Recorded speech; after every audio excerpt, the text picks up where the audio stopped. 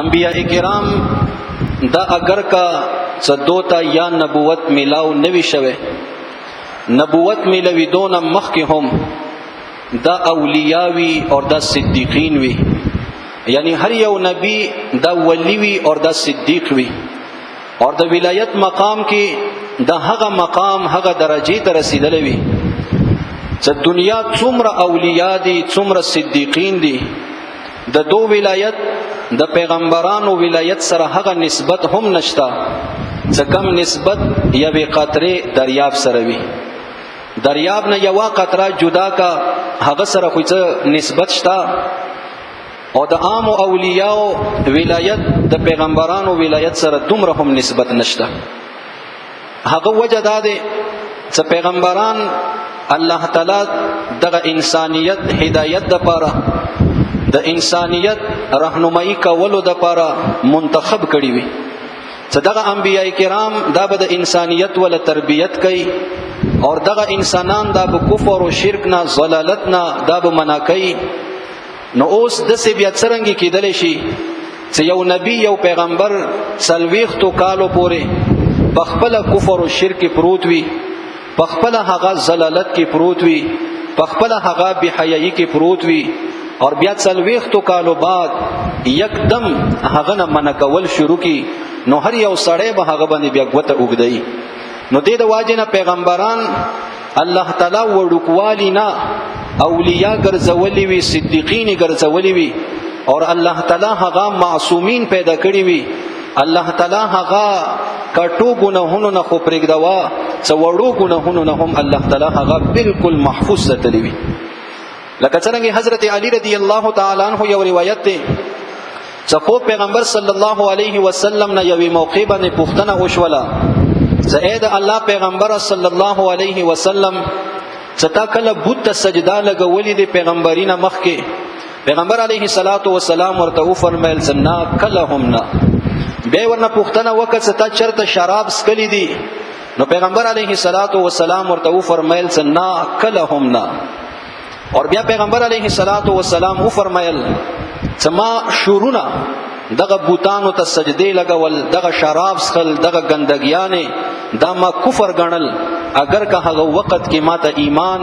ما ته کتاب، ما ته نبوت دا نو ملاو، ما ایمان اور کتاب نه پیژندل، خو دغه شیزونه به ما کفر ګڼل. اندرنګ حضرت عروه ابن زبیر رضی الله تعالی عنہ یو صحابی دی دا فرمایي چې ما د حضرت خدیجه رضی الله تعالی عنها یو گاونډینه دا خبره واوریده چې پیغمبر علیه الصلاۃ والسلام نبوت نه مخکې حضرت خدیجه رضی الله تعالی عنها ته نصیحت کول، اور دا خبره ورته کوله چې ما د خدای ذات باندې قسم وي چې زه به کله هم لات ته سجده ونه لګوم، لات ته هغوی لوی بت و، اندرنګ منات ته به هم، عزا ته به هم زه کله هم سجده ونه لګوم، هغو په نامې باندې به زه کله هم نظر و نیاز ونه کم. اندرنګ روایاتو کې راځي چې پیغمبر علیه الصلاۃ والسلام دغه مشرکان چې دوی د بوتانو په نامې باندې دغه ذبح کولې اور جنوران به ذبح کولو، د هغو په نامې باندې به نظر کولو، پیغمبر علیه الصلاۃ والسلام به دغه وخت کې چې پیغمبري ورته یا نو ملاو، خو دغه مشرکان کافران به منع کولو چې دغه جنور، دغه وزې، دغه اوخان دا چې الله تعالی پیدا وکړي دي، نو د الله تعالی په نوم باندې ذبح کول پکاري دي، او د الله تعالی په نوم باندې دا نظر کول پکاري دي. اور پیغمبر علیه الصلاۃ والسلام به چرته هم داسې ذبیحه نه خوړله چې هغه دغه مشرکانو ذبح کړي وي د بوتانو په نامې باندې شورونه، چې دغه وخت کې ورته پیغمبري نه و میلاو. اندرنګ حضرت زید بن حارثه رضی الله تعالی عنہ فرمایي دا د پیغمبر علیه الصلاۃ والسلام غلام وو، اصل کې دا غلام د حضرت خدیجه رضی الله تعالی عنها ولو، اور دا حقیقی غلام نو بلکې دا څو غلو ډکوانو خپل مور او پلار نه خپل کلی نه تختولو، اور بیا یو بازار کې خرڅ کړلو، نو بس غلام جوړ شو. اور دا حضرت خدیجه رضی الله تعالی عنها رشتہ دارانو حضرت خدیجه رضی الله عنها ته واخستو اور حضرت خدیجه رضی الله عنها دغه غلام زید بن حارثه رضی الله عنه دا پیغمبر علیه الصلاۃ والسلام ته وقف کو او دا پیغمبر علیه الصلاۃ والسلام بیا آزاد کړی دی اور دې ته خپل بچی نه یلو مو بولا بیٹا خلی ویل زوی ورته یی عربی کې ورته متبنا یی پیغمبر علیه الصلاۃ والسلام دا بچو اور خلکو به هم دې ته आवाज کول چې زید ابن محمد صلی الله علیه وسلم. نو دا فرمایي چې د جاهلیت په زمانه کې چې پیغمبر علیه الصلاۃ والسلام ته یا نبوت نو ملاو پیغمبري نو ملاو نو زه پیغمبر علیه الصلاۃ والسلام سراوم چې طواف مکول نو دغه طواف کې مشرکین مکه او طریقه بداوا چې صفا اور مروه په غونډو باندې دوا بوتان یخیو اصاف اور نائله د دوا بوتانو حبوب طریقه دا کوله چې کله طواف کوله نو دغه بوتانو باندې به دوی تیریدلو نو دا به خولولو څپولو به نو زید بن حارثه رضی الله عنه فرمایي چې کله زور باندې تیر شوم نو ما هم د خپل کړلو نو پیغمبر علیه الصلاۃ والسلام ز سختی سره منع کوم صدا څه کوي دا کار ما کوا کني دغه وخت کې پیغمبر علیه السلام یا نبی پیغمبر نه دی نو چې کله زه پیغمبر علیه السلام منع کړم نو ما زړه ته دا خبره راغله چې اخر د دې خولولو کې څه شي دي چې د دومره خلک خولای د دومره غړغړ سرداران خولای نو چې کله زه دوباره چکر کې ما بیا دغه بوت خپل کړلو نو پیغمبر علیه الصلاۃ والسلام زه دوباره خسختی سره منع کړم چې دغه کار ما کوه چې هغه د بعد ما کله هم دغه بوتان نه دی خپل کړي تر دې پورې چې پیغمبر علیه الصلاۃ والسلام ته پیغمبري ملاو شو او ما په پیغمبر علیه الصلاۃ والسلام باندې ایمان راوړو.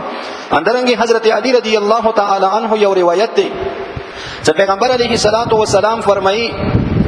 چې الحمدلله الله تعالی د جاهلیت ونه تمام ګندګیانو نه محفوظ ساتلم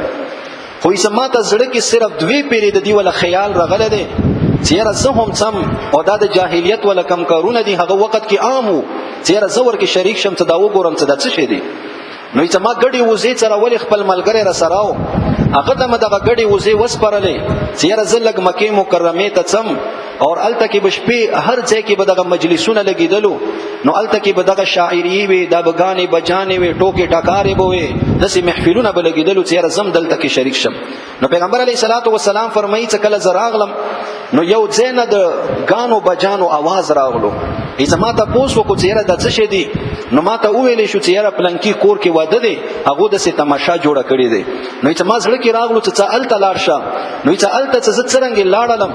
اور د سي کینستم د غانو आवाज ما په غوګونو باندې راتله نو بس دغه ځای کې چې ما په غوګونو باندې الله تعالی یو مهر ولګول او زه دغه ځای کې خوب یول شم خوب را باندې راغلو حتی چې کله سحر دغه نور را وختو د نور شوعګانو هغه تپش هغه ګرمایش سره زره وشوم او چې کله زملګری ته راغلم نو دغه ملګری مانه پوښتنه کوي چې څه شی وو چې ما ورته خپل واقعا بیان کړ چې زه خو په هیڅ شي باندې نه يم پوه شوی چې څه شوی دي چې نه دي شوی او دغه سحر دغه نور ګرمي سره زره پارتم په منډو ته راغلم. اندرنګ بیا چې سبا ته مزړه کې دغه خواهش بیا راغلو چیرې نن صدا ګورم څه شي دي چې سبا ته ما سره بیا د قشانتي واقعا وشوله چې دې د بعد مزړه کې بیا دغه تصور هم نه دی راغلی چیرې زه د سي محفل کې شریک شم. اندرنګ نبی علیه الصلاۃ والسلام فرمایي چې کله د بیت الله شریف ول تعمیر قریشو کولو نو چې دې کې به دغه قریشو باندې تقسیم شي او چې داغه ځای به تاسو جوړاو دا به تاسو جوړاو نو چې دې کې نبی علیه الصلاۃ والسلام فرمایي چې ما هم ورکه کار کړی دی مزدوري یعنی خدمت پنیات لکه څنګه مسجدونو کې کیږي نو چې زه خپل تر حضرت عباس رضی الله تعالی عنه سراوم نو چې دغه ګټي به ما راوړلې په ولی باندې نو چې دغه تر ته یې چې وراره د سی وکا چې دغه خپل لنګ دا کولاو کا او دا په دیولو باندې کېګ دا نو دغه خختو راوړلو سره به تا دغه بدن د زخمی کیږي نه نو چې ما تر خبره اومنله نو څنګه چې ما دغه لنګ کولاول